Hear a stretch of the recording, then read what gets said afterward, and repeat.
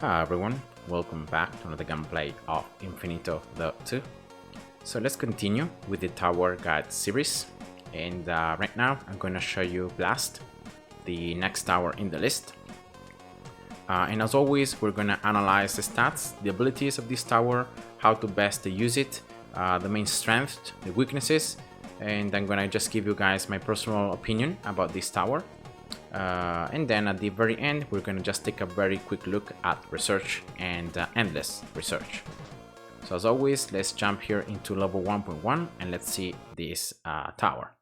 So first of all, you can see the cost, the price. It's going to be 57 coins. Of course, this cost is already being reduced because I have maxed normal research. But if we just compare this with the other towers, you can see that it's going to be slightly cheaper than freezing, but more expensive than like cannon and basic towers. The game description is this: damages enemies in its radius with a chance to stun. So this is the very first tower that has a crowd control, so that can stun enemies. You have a slow with the freezing tower, but with this tower you have a stun. So the stun is gonna completely block the enemy in the spot, and yeah, it's just like a stun. Now, if we take a look at the 5 different stats, we can see that this tower has very low stats.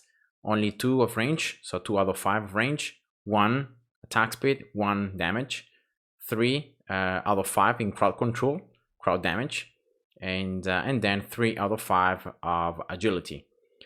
This is another tower that if we try to place it down, you can see that it has no towering.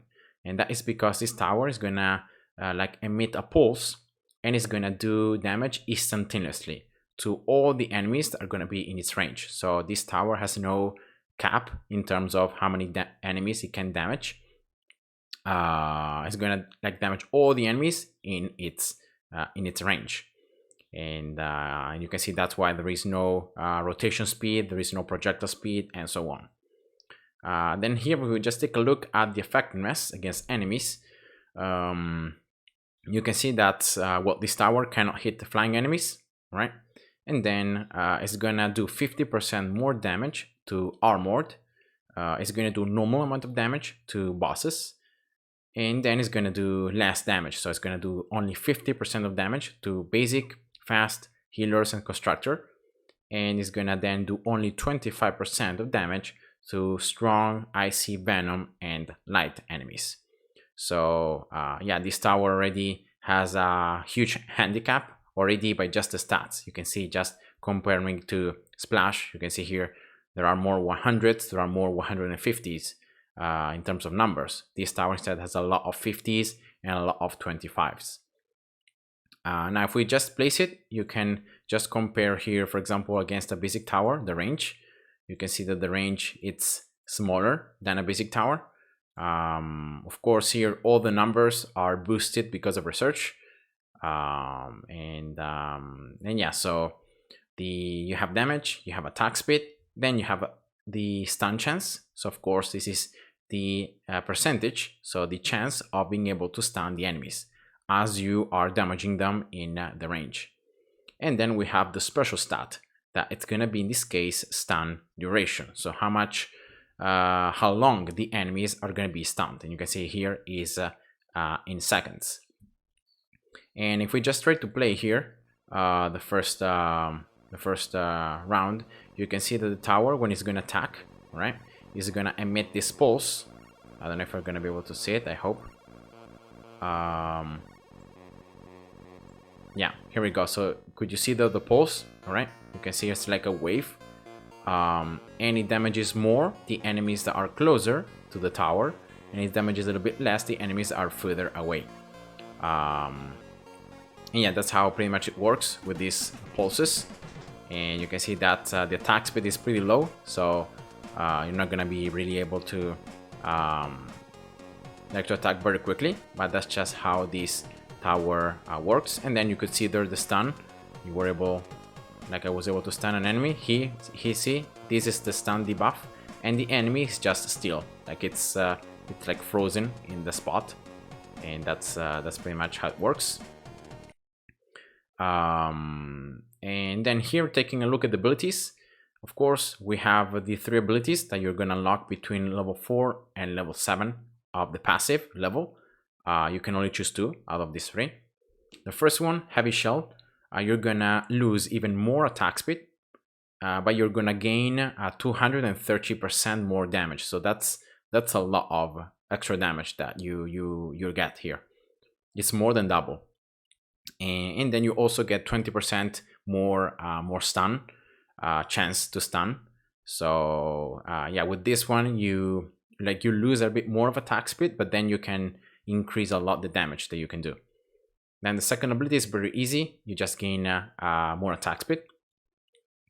And then the last one, it's in this case increasing the stun duration. So the fact that you can stun enemies for longer. Then at level 10, we unlock this passive. And in this case, you can throw backwards each enemy only once for a certain amount of tiles with a certain amount of chance. Now, once again, this depends on research and also depends on the upgrade level of the tower. So this means that, for example, here, if I upgrade this tower level 1, you can see that the amount of tiles increases from 0.6 to 0.72. If I get this tower level 2, it goes to 8.84, then 0.96, 1.08, and it just keeps on increasing. So as you upgrade the tower, you increase the amount of tiles that you throw backwards the enemies. So remember, these guys are the tiles, so these small like squares, and therefore a throwback of 1.08 tiles means that from here the enemy is going to be thrown one tile and then a little bit more. Yeah, that's just how it works. Then at level 20, we have again we can choose between the ultimate or going with 10% more power.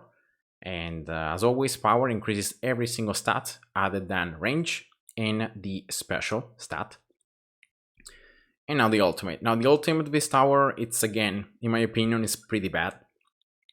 In this case, you can see that the enemies that are thrown backwards, while they are thrown backwards, they're gonna receive more damage. I'm pretty sure that the damage applies only like to every single tower. So every single tower, not just the blast tower, all the other towers are gonna be able to do this extra damage to enemies that are being thrown backwards. And once again, this increases with the upgrade level. So you can see that here, the percentage as I level up the tower level 1, level 2, 3, 4 becomes greater and higher. So that's pretty much how it is. And now, as always, I'm gonna just try to place this tower to make it level up, and I'm gonna just discuss the overall strengths to weaknesses, how to best place it.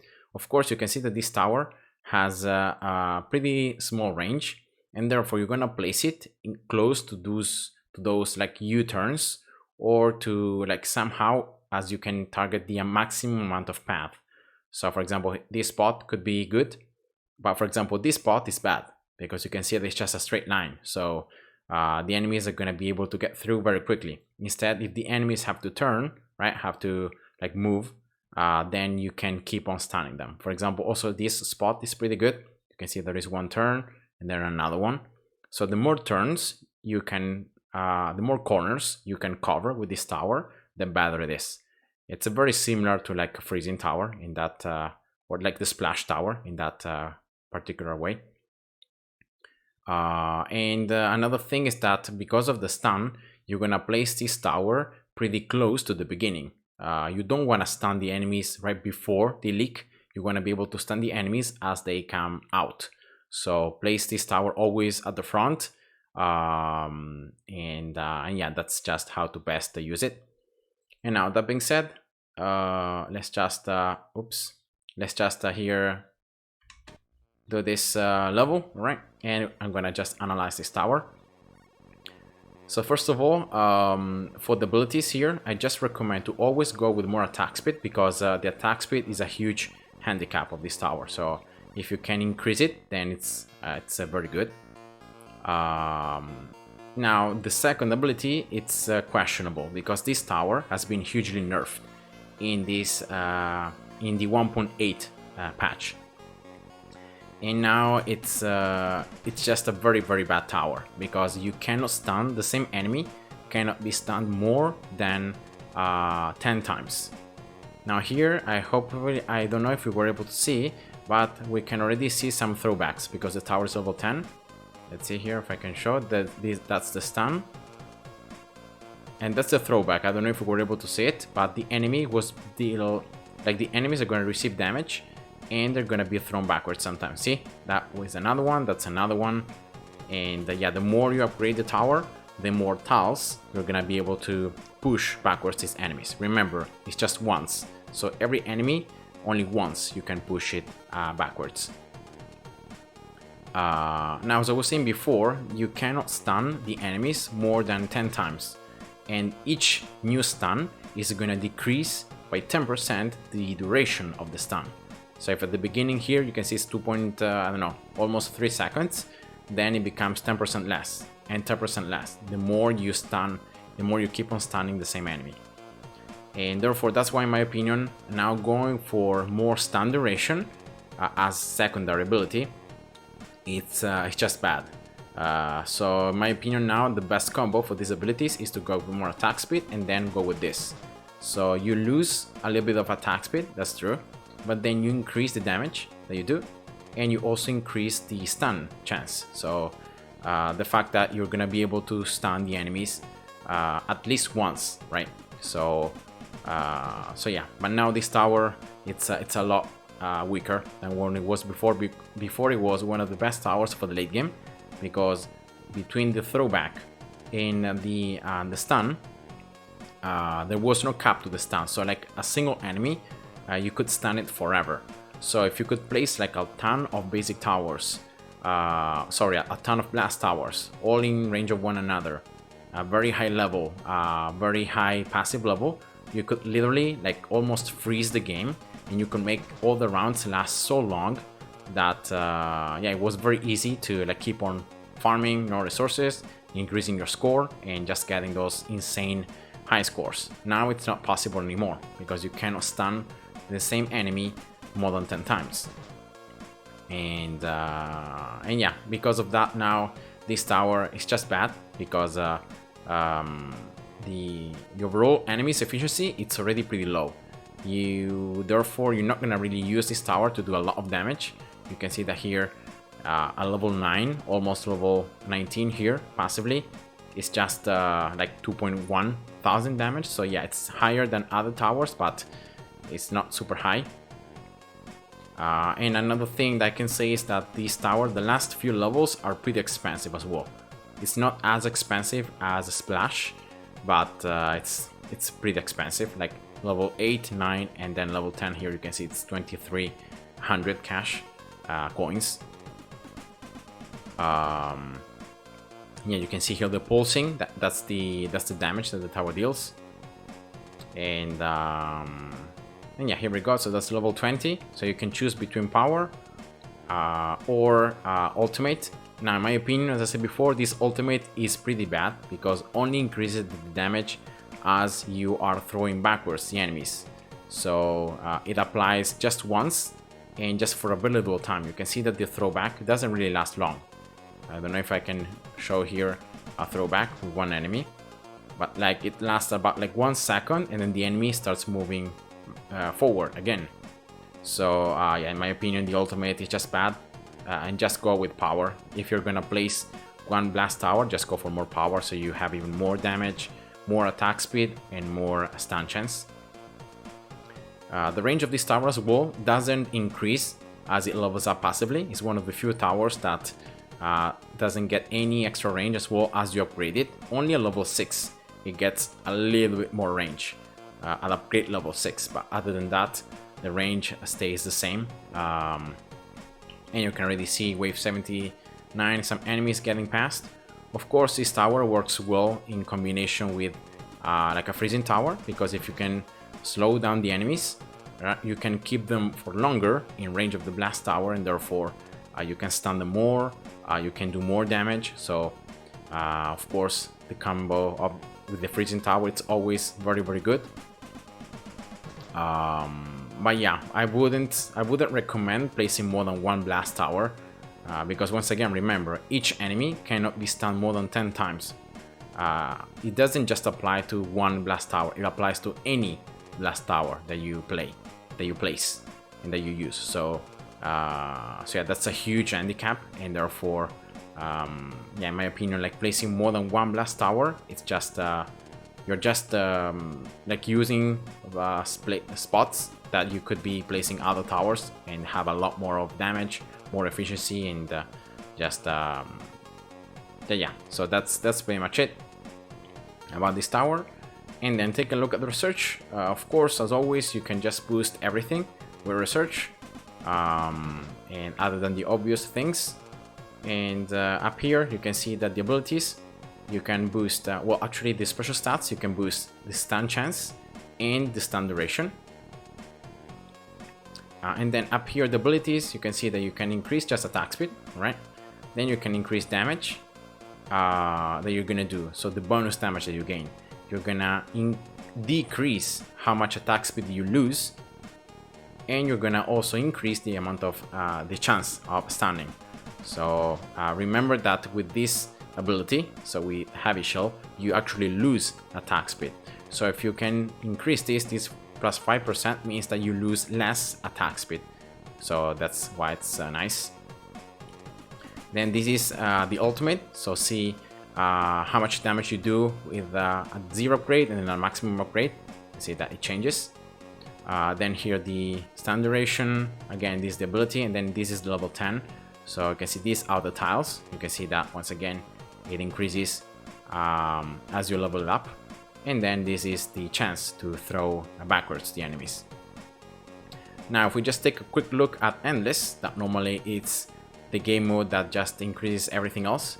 You can see that well, every upgrade can be upgraded for more, so you can increase the overall stats. And but there are no extra research, so all the abilities stay pretty much the same. I think this one increases, right? This is the no, it's the same one, because this is 1, 2, 3. Is this one? Yeah, there are no more abilities. So it's not like, for example, for the Splash Tower, that in Endless you actually can unlock more splinters out of the ultimate. Of the Blast Tower, you don't really gain anything. Yeah, that's just it. So of course you can increase the basic abilities, you can increase the level, but that's pretty much it. You don't gain anything new on Endless, and that's pretty much it. So I hope you guys enjoyed, and see ya. Bye bye.